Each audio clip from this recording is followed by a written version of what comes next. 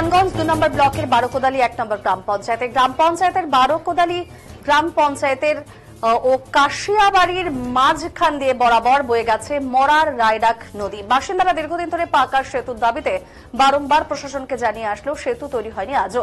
এমনকি বাসিন্দারা বারংবার সেতুর দাবিতে জাতীয় সড়ক অবরুদ্ধ করে বিক্ষোভে নামলেও কাজের কাজ কিছুই হয়নি বলেও অভিযোগ। এখন যাতায়াতের সেই সাঁকো বেহাল, ফলে বাধ্য হয়ে ঝুঁকি নিয়েই নরবরের সাঁকো পেরিয়ে প্রতিদিন যাতায়াত করতে হচ্ছে দুই পারের প্রায় কয়েক হাজার মানুষকে। আর এই নদীর ওপারেই বারোকোদালি গ্রাম এবং এপারে কাশিয়াবাড়ি, ওপারে প্রায় 700 পরিবারের বসবাস। এই সাঁকো পেরিয়ে জীবনে ঝুঁকি নিয়ে প্রত্যেক দিন ছাত্রছাত্রীরা স্কুল কলেজে যাতায়াত করার পাশাপাশি বাসিন্দারা গ্রাম পঞ্চায়েত অফিস, বিডিও অফিস, থানা, ভূমি ও ভূমি সংস্কার দপ্তরেও যাতায়াতের ভরসা এই একমাত্র সাঁকোটি। গ্রামের অসুস্থ কাউকে চিকিৎসা কেন্দ্রে নিয়ে যেতে সমস্যার সম্মুখীন হতে হয় এই স্থানীয়দের। এই সাঁকো দিয়েই পারাপার করে পড়শি রাজ্য আসামের পোকালাগি গ্রামের বাসিন্দারাও, তাদেরও যোগাযোগের এই মাধ্যম কিন্তু এই সাঁকোটি। সাঁকো ছাড়া নদী পেরোতে গেলে ঘুর পথে প্রায় 10 কিলোমিটার ঘুরে নদী হতে হয় বাসিন্দাদের অভিযোগ, ভোটের আগে বিভিন্ন রাজনৈতিক দলের পক্ষ থেকে সেতু তৈরি করে দেওয়ার প্রতিশ্রুতি দেওয়া হলেও ভোট পেরিয়ে গেলে আর রাজনৈতিক দলের নেতৃত্বদের দেখা যায় না বলে অভিযোগ বাসিন্দাদের।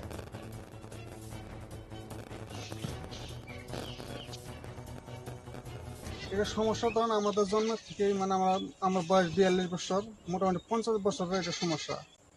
এই সমস্যার মধ্যে আমার বর্ষাকালে বেশিরভাগ অসুবিধা হয়। সেটা হলো আমাদের এখানে 3টা বিদ্যালয় আছে। একটা হলো আপনার ঘাটের ওই পারে, আর এই পাশে 2টা বিদ্যালয় আছে, একটা সাব সেন্টার আছে। এদিকে সেটা তো বড় বিষয় না, মেন বিষয়টা হলো এখানকার মহিলারা যারা বাচ্চা প্রসব হয় তাদেরকে একটা যে হসপিটালে যাতায়াত ব্যবস্থা খুবই সংকটজনক হয়ে ওঠে।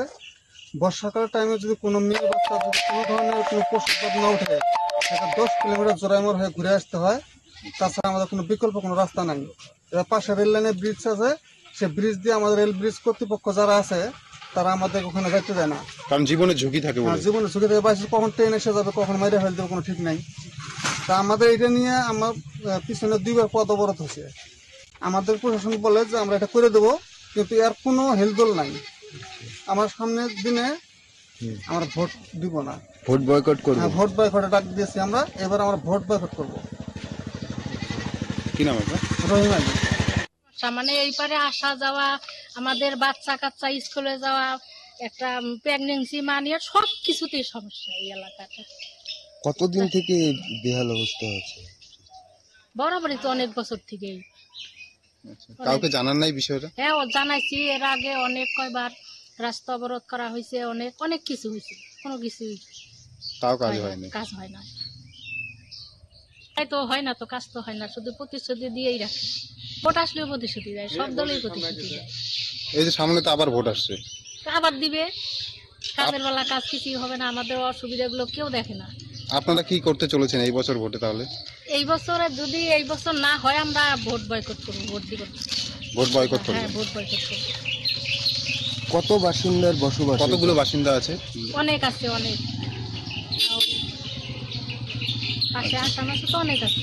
এদিক দিয়ে আসামে যাতায়াত একদম ভালো করে সোজা রাস্তা, এটা রাস্তাটা হলে খুব ভালো। কি নাম আপনার? আমার নাম শাহানা ইয়াসমিন। আপনি? অনেক জানাইছি, ব্রিজের সম্বন্ধে আমরা অনেক ই করছি। 2-3 বার রাস্তা অবরোধ করা হলো, প্রতিশ্রুতি দেয় যে কিছুদিনের ভিতরে ব্রিজ হবে, যে অবরোধ তুলে নেয়, দেওয়ার পরে আর ব্রিজের কোনো ই করে না। বর্ষার দিনে কতটা সমস্যা? বর্ষার দিনে মানে ওখানে আমরা এদিক থেকে কোনো বাচ্চা কাচ্চা স্কুলে আসতে পারে না। আচ্ছা, কোনো বাচ্চা কাচ্চা স্কুলে যেতে দিন বর্ষা থাকে, বাচ্চা বাড়িতে থাকে, স্কুল খোলা থাকে, স্কুলে বাচ্চা কাচ্চা আসতে পারে না। রেল ব্রিজে কয়েকদিন যা বেশি লোক দিলে রেল রাস্তা বন্ধ করে দেয়, উঠতে দেয় না। রেল ব্রিজ দিয়ে যাতায়াত করতে গেলে তো কয়েক দেখেন লোক যাওয়ার রাস্তা এটা ব্রিজ করা হয়। জীবনের ঝুঁকি থাকে। হ্যাঁ, যে কোনো একটা দুর্ঘটনা ঘটলে দায়টা কি হবে, তখন বন্ধ করে দেয়। আমরা খুব কষ্টই করে এই যাতায়াত বাজার, হাট বাজার করি। কতগুলো লোকের এইদিকে যাতায়াত? প্রচুর লোক, ওরা হিসাব দিতে পারবো। আচ্ছা, কি চাচ্ছেন আপনারা? আমরা ব্রিজটাই চাইতেছি, আর অন্য কোনো না। আমরা আমার সমস্যা ব্রিজটা হলে আমরা খুশি হইতে বা শান্ত হইতে। এই যে প্রতিশ্রুতি দেয় যে এইবার ভোট আসছে, এই আমরা কি করি, ভোট নেওয়ার সময় তো বলে যে এবার আপনাকে ভোট দেন, আমরা এইবার ভোট উনার হলে আপনাদের ব্রিজ আমরা করে দিয়ে যাবো। কি ওই ব্যাপারে স্থানীয় পঞ্চায়েত প্রধান সুদর্শন রায় জানিয়েছেন, গ্রামবাসীদের এটা দীর্ঘদিনের দাবি, সাঁকুর জায়গায় সেতু তৈরি করা সেটা গ্রাম পঞ্চায়েতের পক্ষ থেকে করা সম্ভব নয়। গ্রাম পঞ্চায়েতের পক্ষ থেকে পাকা সেতুর জন্য ইতিমধ্যে ঊর্ধ্বতন কর্তৃপক্ষের কাছে প্রস্তাব পাঠানো হয়েছে। অপরদিকে এই ব্যাপারে তুফানগঞ্জ 2 নম্বর পঞ্চায়েত সমিতির সভাপতি শীতল চন্দ্র দাস জানিয়েছেন, এটা দীর্ঘদিনের দাবি। এর আগেও তারা সেতুর দাবিতে পথ অবরোধ করে বিক্ষোভ দেখিয়েছেন। ব্রিজের প্রস্তাব উত্তরবঙ্গ উন্নয়ন দপ্তর সহ বিভিন্ন দপ্তরেও পাঠানো হয়েছে। জিও ট্রেকিংও হয়ে গেছে, তবে অনুমোদন এলে টেন্ডার প্রক্রিয়া শুরু হবে বলে তিনি জানিয়েছেন। তবে স্থানীয়দের দাবি মেনে কবে সেতু নির্মাণের কাজ শুরু হয় সেটাই কিন্তু এখন দেখার বিষয়টা। আমার প্রধান হওয়ার আগের থেকে আমি শুনছি যে ওই ব্রিজটা হবে, অনেকে আগে টেন্ডার হয়ে গেছে, শুধু কাজ শুরু হওয়ার বাকি। কিন্তু আমি প্রধান হওয়ার কিছুদিন পর ওরা রাস্তা অবরোধ করে। রাস্তা অবরোধ করার পর বিডিও ম্যাডাম তখন আসার পরে ওদের সঙ্গে কথা বলার পরে তখন বিডিও ম্যাডাম বলল যে ওই রকম কিছু না। তখন আমাদের গ্রাম পঞ্চায়েতকে বলে যে আপনারা সুপারিশটা পাঠান। তা ওই পাড়ার লোকের মতামত নিয়ে আমরা গ্রাম পঞ্চায়েতের পক্ষ থেকে আমরা জেলা বিডিওর কাছে আমরা সুপারিশ পাঠানোর পরে সেটা সুপারিশ যাই হোক আমরা বিডিও ম্যাডামের কাছে পাঠাইছি। ওনার যথার্থ যে জায়গায় পাঠান উনি পাঠাবে। তা আবার কিছুদিন পরে এই 1-1.5 মাস পরে আবার অবরোধ।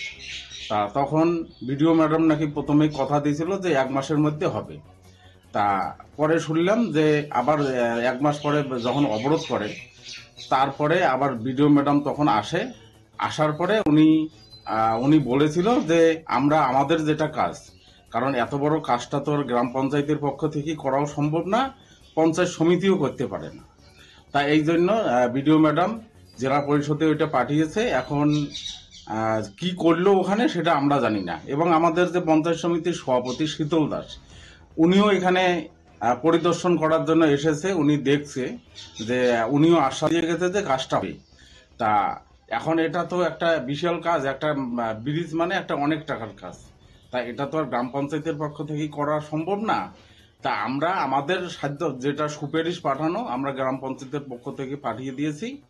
এখন সেটা কতটা কার্যকারী করবে সেটা জেলা পরিষদ এবং উত্তরবঙ্গ উন্নয়ন দপ্তর, রাজ্যের যে পূর্ত দপ্তর আছে, একমাত্র এই কাজটা তারাই করতে পারে। সেই এলাকার বাসিন্দাদের যেটা অভিযোগ করছে যে যদি এবছর ব্রিজ না হয় তো সামনে যে বিধানসভা নির্বাচন রয়েছে সেটা বয়কটের একটা হুঁশিয়ারি দিয়েছে এলাকার বাসিন্দারা। কি বলবেন? হ্যাঁ, সেই এলাকার লোকগুলোর তো এটা দীর্ঘদিনের দাবি। কারণ ওই লোকগুলো বর্ষার দিন এবং সেখানে যদি একটা কারো অসুস্থ হলে রুগীকে নিয়ে আসার মতো একটা অ্যাম্বুলেন্স ঢোকার মতো পরিস্থিতি নেই। হয়তো সেখানে ওই সাঁকোর উপর দিয়ে আসতে হয়। তাই এই জন্যে এই এলাকার মানুষ তো দীর্ঘদিন থেকে একটা দুর্ভোগের মধ্যেই তারা আছে। তাদের দাবি হচ্ছে ন্যায্য দাবি। আরও চাই যে পূর্ত দপ্তর কিংবা উত্তরবঙ্গ দপ্তর কিংবা জেলা পরিষদ থেকে কাজটা জানি করে, সেই দাবিটাও আমার গ্রাম পঞ্চায়েতের পক্ষ থেকে আমরা জানাচ্ছি। দীর্ঘদিনের দাবি ছিল। আমিও সেই জায়গাটায় তদারকি করে দেখেছি। এলাকার লোকের সত্যি খুবই সমস্যা সেই এলাকা থেকে যাতায়াত করার জন্য। তো এলাকার লোকরা সেটা পথ অবরোধ করেছিল এবং প্রশাসন সবাই সেখানে উপস্থিত হয়। আমরা বিষয়টা নিয়ে তদারকি করে সেটা লিখে আমরা ঊর্ধ্বতম অফিসে উন্নয়ন দপ্তর এবং বিভিন্ন দপ্তরে আমরা সেটাকে পাঠিয়েও দিয়েছি। আর সেখান থেকেও এসে ভেরিফিকেশন করেছে তারা আর কি, ইঞ্জিনিয়াররা। জিও ট্রেকিংও হয়েছে আর কি। তো আগামীতে তার প্রসেস চলছে। আগামী দিনে তার ব্যবস্থা হবে। ঊর্ধ্বতম কর্তৃপক্ষ আমাদেরকে একটা আশ্বাস দিয়েছে আর কি। ভোট যে রয়েছে সেই ভোট হুঁশিয়ারির একটা বয়কটের ডাক দিয়েছে। সেটা সাধারণ মানুষের কথা তারা বলতেই পারে, কিন্তু আমরা যেটা পাঠিয়েছি আর কি, আমরা চেষ্টা করছি যাতে এই ধরনের বিষয়টা না ঘটে, না আসে, তার আগেই যাতে করা যায় সেই চেষ্টায় আমরা আছি। আপনার নাম এবং দায়িত্ব? শীতল চন্দ্র দাস, তুফানগঞ্জ 2 পঞ্চায়েত সমিতির সভাপতি। দীর্ঘদিনের দাবি ছিল, আমিও